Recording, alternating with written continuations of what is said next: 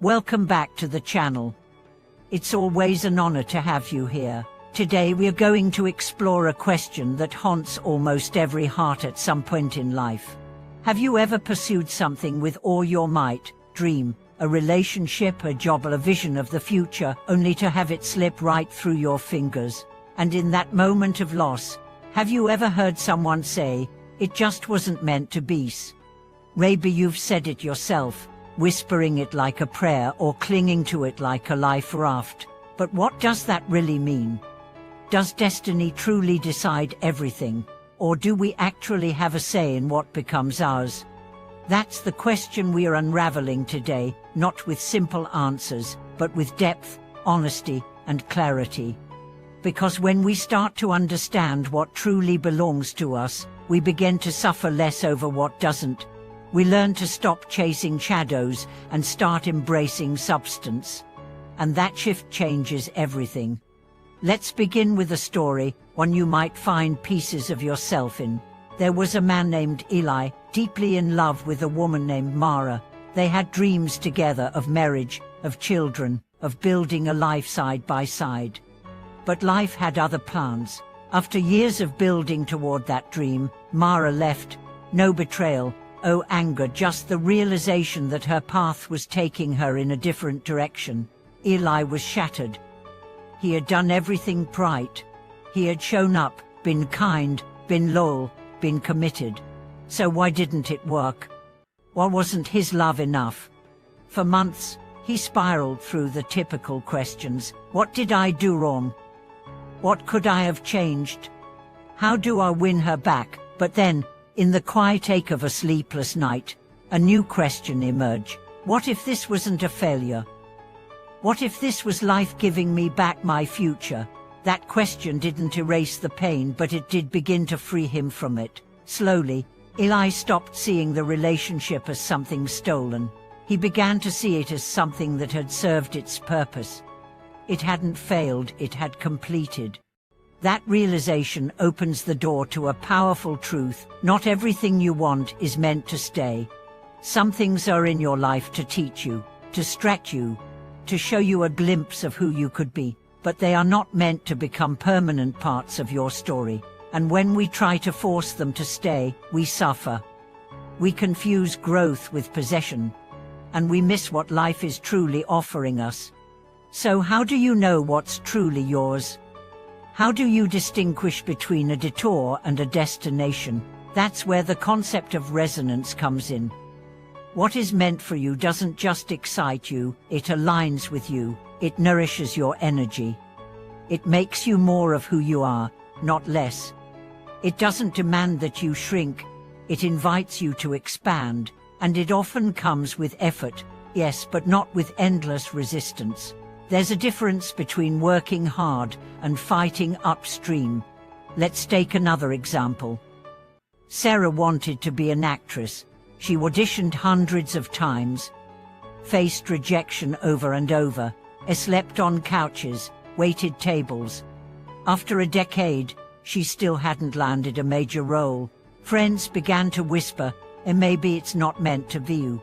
But Sarah didn't feel empty. She didn't feel misaligned. Every time she stepped on stage, something lit up inside her. She wasn't chasing fame. She was living in her zone, so she kept going.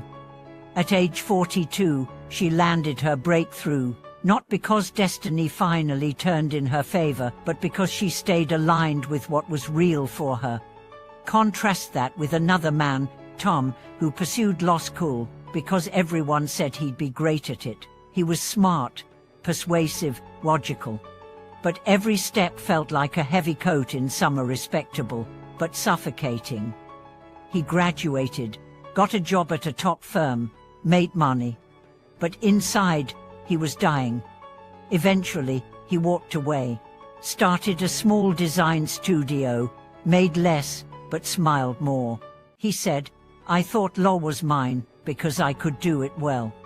But it never felt like home." This is where we need to challenge the idea that success means something is meant for you. Just because you're good at something doesn't mean it belongs to your soul.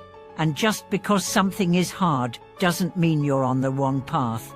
The real question is, does this grow me? Does it feel true? Does it let me home to myself? We live in a culture that glorifies chasing, achieving, conquering. But what if the real power is in receiving, in discerning, in letting go of what isn't for us, so that we can create space for what is? So often, what we cling to most tightly is not what we truly need, it's what we fear living without, and that fear tricks us into thinking that loss is failure. But sometimes, loss is redirection. Sometimes, it's liberation. There's a deeper wisdom in this. What is truly yours can never be taken. It may leave for a season. It may look different than you imagined, but it will return, or rather, you will be guided toward it. Because alignment is magnetic, you don't have to beg for what's real.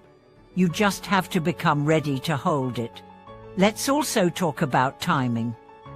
So often we judge our worth based on when things happen. If the marriage doesn't come by 30, if the career doesn't launch by 35, if the dream doesn't unfold by 40, we assume we've failed. But life is not a factory line. It's a forest. Each tree blooms in its season, and the fruit that ripens late is often the sweetest. Sometimes what's yours isn't a thing or a person, it's a version of you, a strength, a peace, a perspective, a clarity that only comes after heartbreak or struggle. Sometimes what's yours is not a prize to win, but a path to walk. And that path can look like many things: failure, confusion, detour, silence, but it is shaping you. You don't need to fight to keep what is aligned. You don't need to manipulate to hold what belongs. You just need to stay honest, stay open, stay curious. Life isn't trying to trick you. It's trying to teach you. And sometimes it does that by taking away what you thought you needed to make space for what you actually do. So, is destiny real? Perhaps. But maybe destiny is less about pre-written scripts and more about deep truths. Maybe it's not about events, but about essence. Maybe what is truly meant for you is not a specific job, partner, house, or title, but a way of living, loving, and being that matches your soul. You find that not by clinging but by becoming. Becoming the person who no longer needs to chase, who no longer fears letting go, who trusts that what is real will recognize you and stay, who understands that the most sacred things in life don't come with struggle, they come with surrender. Thank you so much for watching this video. I hope this reflection gave you peace about the things you've lost, and courage for the things you're meant to claim.